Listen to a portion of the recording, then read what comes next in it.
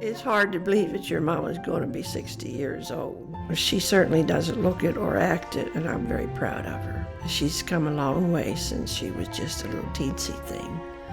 Her daddy was so proud of her when she was little. She was the apple of his eye.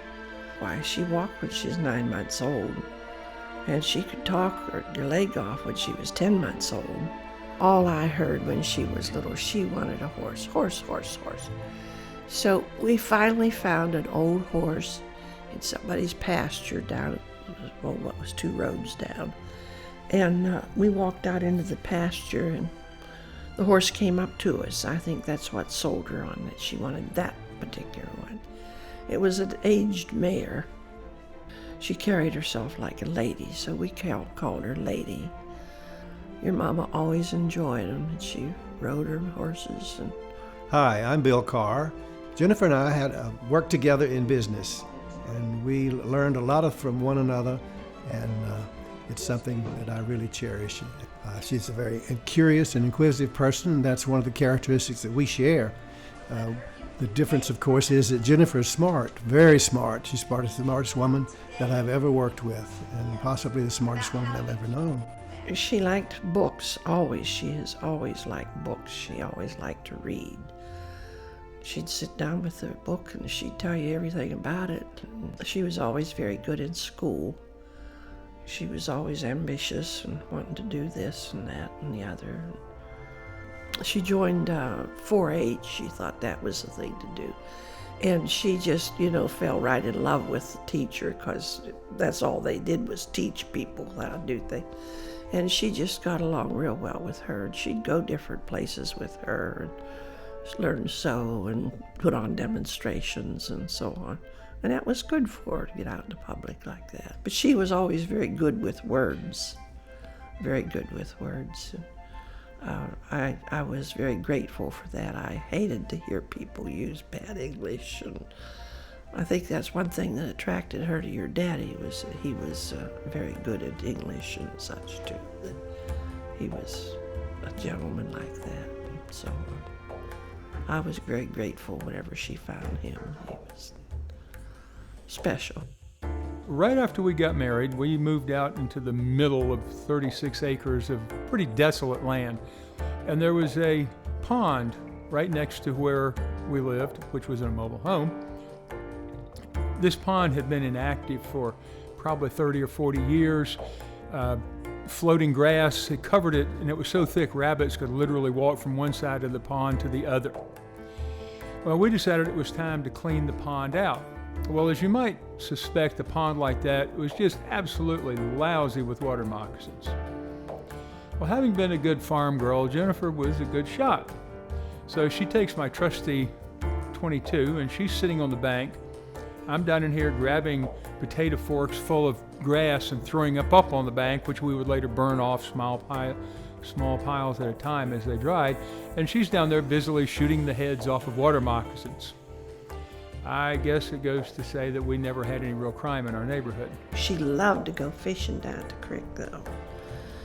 And that was one of her pleasures. And we didn't have fancy poles. And we finally found some bamboo poles. And times was hard, but it didn't seem to bother us. We was happy and didn't know any better, I guess. And it was a serious business, because we eat the fish that we caught. And she'd go sit out there and catch fish, and she'd get one on her pole.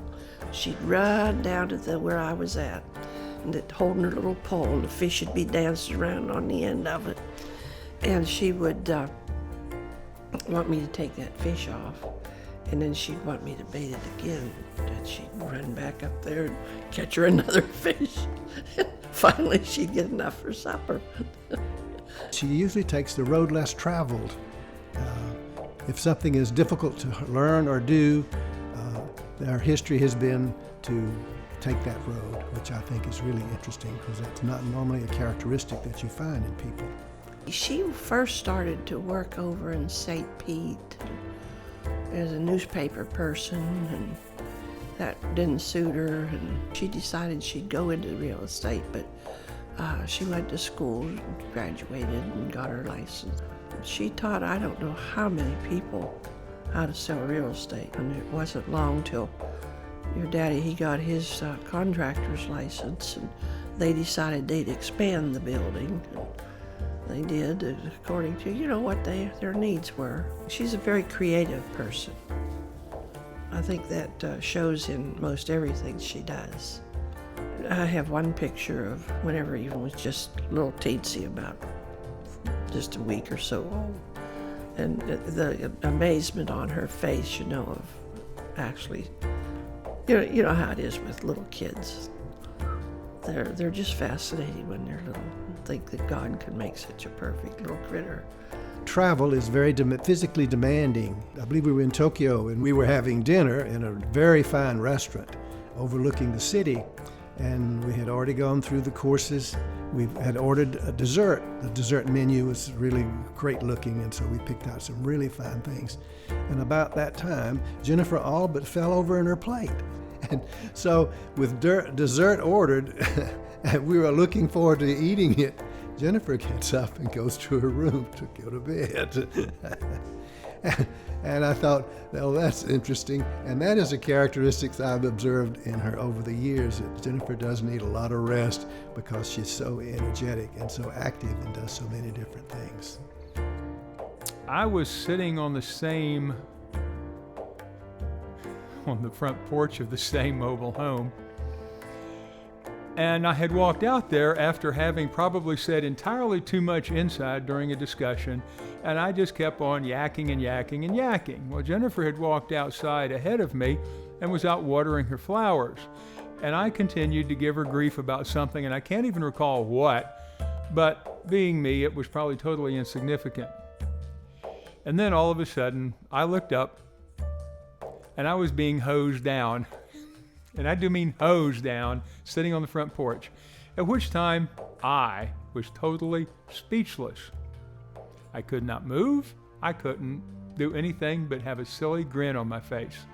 She had a natural knack of doing what needed to be done. And no matter what it was, whether it was taking care of books or feeding birds or chickens or whatever it was, she just would fit right in wherever what was happening. I think she's a very caring person. I think Teddy Roosevelt said, people don't care how much you know until they know how much you care. As Bill Gaither sings, I'm glad that I lived. I'm glad that I had the opportunity to know my children. She's been a blessing.